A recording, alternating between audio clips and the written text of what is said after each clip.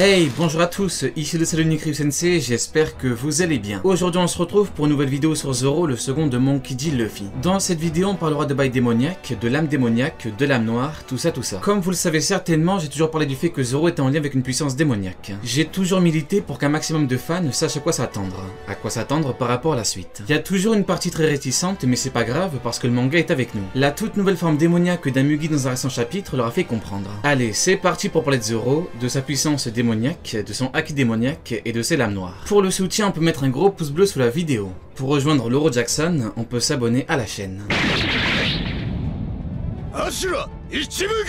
Qu'on le veuille ou non, Zoro est lié à une force surnaturelle démoniaque. Dans l'œuvre, on a la puissance divine et la puissance démoniaque. La puissance divine est utilisée depuis l'arc de Dressrosa et la puissance démoniaque depuis très longtemps. En fait, la puissance démoniaque a été utilisée par rapport au sabre maudit. Zoro a véritablement montré la puissance démoniaque dans l'arc Enies Lobby. Rappelez-vous, il avait choqué des marines, puis Kaku. Ashura, c'est esprit démoniaque. On est vraiment au cœur du truc. Par contre, pour comprendre la puissance démoniaque de Zoro, il faut s'intéresser à Ashura. Ashura est une technique Kyutoryu, donc une technique à 9 sabres. Bien évidemment, Zoro ne peut utiliser correctement que 3 sabres à la fois, une par main et une dans la bouche. Pour vaincre Kaku et sa technique la plus puissante, il a dû utiliser une technique à 9 sabres, une technique Kyutoryu. Pour ce faire, il a dû utiliser une puissance démoniaque pour se multiplier. 3 x 3 sabres égale 9 sabres. Zoro utilise Ashura pour l'esprit démoniaque, puis il a 3 techniques. Ichibugin, Magyuzen et enfin Mojano Tawamure. Tout est parfaitement ficelé par monsieur Eiichiro Oda pour nous amener à quelque chose de bien plus gros. Regardez par exemple Mojano Tawamure. Cette technique est en référence aux 8 vues de l'enfer. Les protagonistes passent par la croisée des 6 chemins et rencontrent Enma, le roi des enfers. Ça vous dit quelque chose, c'est normal. 6 chemins est une technique Santoryu de Zoro. Enma est son nouveau sabre. Mais alors où est-ce que l'auteur veut en venir ? Eh bien, je vais tout vous expliquer. L'auteur a fait en sorte de balancer beaucoup d'indices pour le grand final. Le grand final, c'est la maîtrise parfaite de la puissance démoniaque pour Zoro. Le plan est plus que parfait. À la toute fin, tout aurait été parfaitement préparé. L'auteur ayant préparé et annoncé le bail depuis très longtemps. À la base, One Piece n'est pas censé durer aussi longtemps. Par contre, le succès l'a fait rallonger. Si l'œuvre avait duré beaucoup moins longtemps, l'auteur aurait dévoilé de gros bails démoniaques beaucoup plus tôt. Ce temps lui a permis de faire les choses calmement et de la meilleure des façons possibles. La puissance démoniaque de Zoro est liée à son haki. Au haki des rois, au haki de l'armement ou aux deux réunis. Le mystère reste complet, mais le haki est primordial pour tout ça.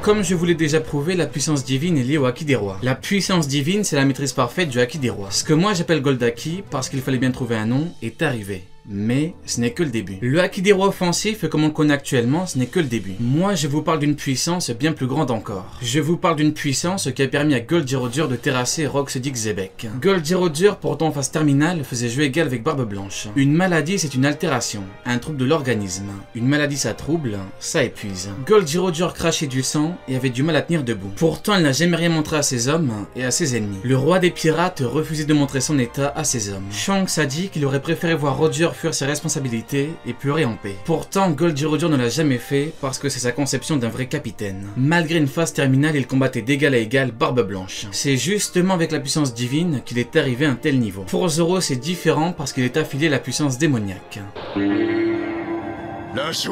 Le haki a réellement commencé à être développé par les Mugi sur Enies Lobby. Officiellement, on sait que Zoro avait inconsciemment utilisé le haki contre Mr. One. Ce haki lui a permis de trancher l'acier. Ce que j'ai découvert, c'est que Luffy, Zoro et Sanji ont utilisé le haki sur Enies Lobby. Sanji a utilisé le haki pour son Diable Jump contre Diabura. Il crée du feu, il utilise du feu et il maîtrise du feu. Sanji ne fait pas que faire du feu, il combat avec sans se brûler. Comment fait-il avec du haki? D'ailleurs, rappelez-vous, il avait évoqué le diable. C'est le début de la puissance démoniaque. Zoro a utilisé Ashura, une technique démoniaque contre Kaku. Comment a-t-il fait avec le haki? Luffy avait littéralement démonté Rob Lucci avec une rafale de coups. Rob Lucci était protégé au max, mais ça n'a pas fonctionné. Beaucoup l'ignorent, mais Rob Lucci était réellement KO après le combat. Un gros KO. Il a dû être emmené à l'hôpital avec de gros soins. Comment Luffy a-t-il réussi à faire ça? Eh bien avec le haki. Au tout dernier moment, Monkey D. Luffy a utilisé le haki pour gagner. Que ce soit pour la puissance divine ou la puissance démoniaque, le haki est utilisé.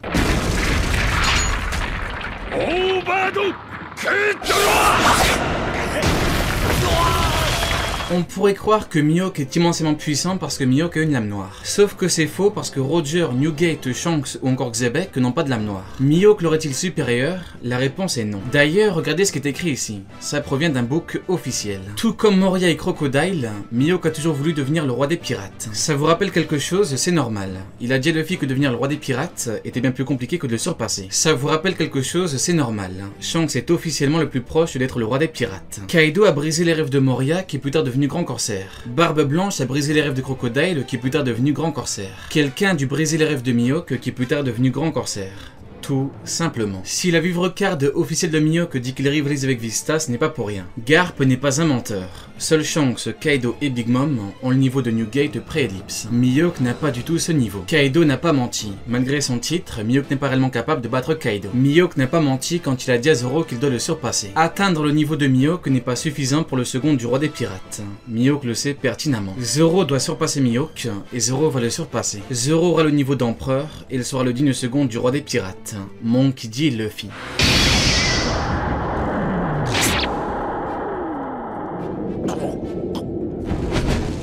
Il y a deux formes de lames noires. Les lames noires provisoires et permanentes. Les marines sur Dressrosa, les lames sont provisoires. Zoro contre Pika, c'est provisoire. Nous sommes dans la première configuration. Les lames sont provisoires. Mihawk a appris à Zoro comment mettre les lames en noir provisoirement. Il lui a appris cela pour que Zoro puisse protéger ses lames. Après avoir battu Pika, Zoro dira qu'il a réussi. La seconde forme, c'est la forme constante, comme le Kokuto Yuru et Shusui. Il y a un gros mystère par rapport aux lames noires. Comment peuvent-elles réellement devenir noires? Déjà, factuellement, il n'y a aucune preuve que Mihawk a rendu sa lame en noir. Factuellement, il est écrit nulle part que Mihawk a rendu le Kokuto Yuru en noir. Zoro a récupéré Shusui en lame noire, pourtant ce n'est pas lui qui l'a fait. Nous avons une preuve factuelle que Ryuma l'a fait, par contre pour Mihawk, rien du tout. Il parle à Zoro des lames noires provisoires, et Zoro dit qu'il a réussi contre Pika. Mihawk a dit ceci à Zoro: toutes les lames peuvent devenir noires comme la mienne. Le problème c'est que Zoro dit avoir réussi contre Pika, donc Mihawk n'a jamais parlé de lame noire constante à Zoro. Vous comprenez que c'est délicat.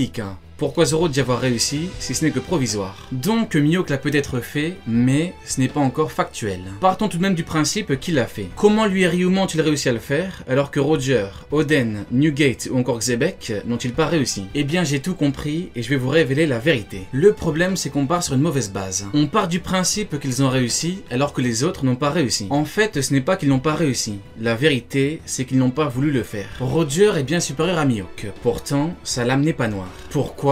Eh bien parce qu'il n'a pas voulu que sa lame soit noire.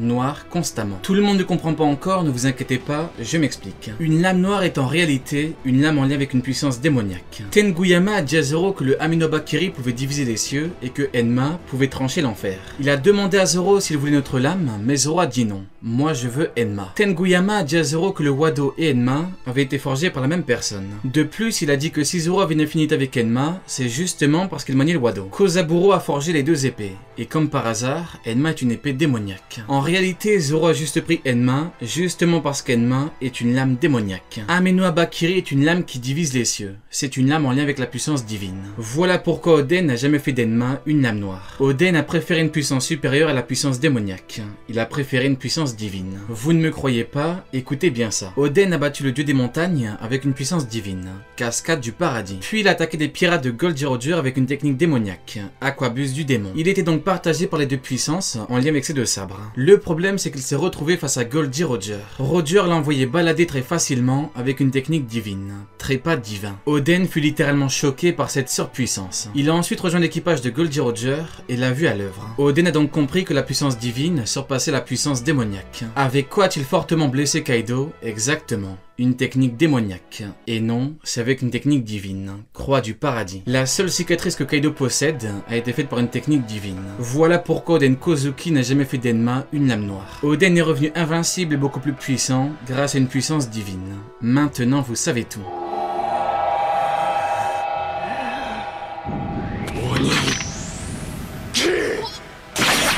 Zoro est destiné à maîtriser une immense puissance démoniaque, donc il rendra une ou plusieurs lames noires. Zoro va devenir le meilleur épéiste au monde et il surpassera largement Mihawk. Zoro devra se rapprocher un maximum du niveau d'Oden mais avec la puissance démoniaque. Avec son haki et sa maîtrise parfaite, Zoro choquera littéralement le monde entier. Ashura n'était qu'un début, donc je vous préviens, préparez-vous à être choqués. L'auteur ne va pas tarder à dévoiler toute la vérité sur la puissance démoniaque. La puissance démoniaque et les lames noires. La vérité éclatera dans très peu de temps. La puissance démoniaque de Zoro atteindra bientôt son paroxysme.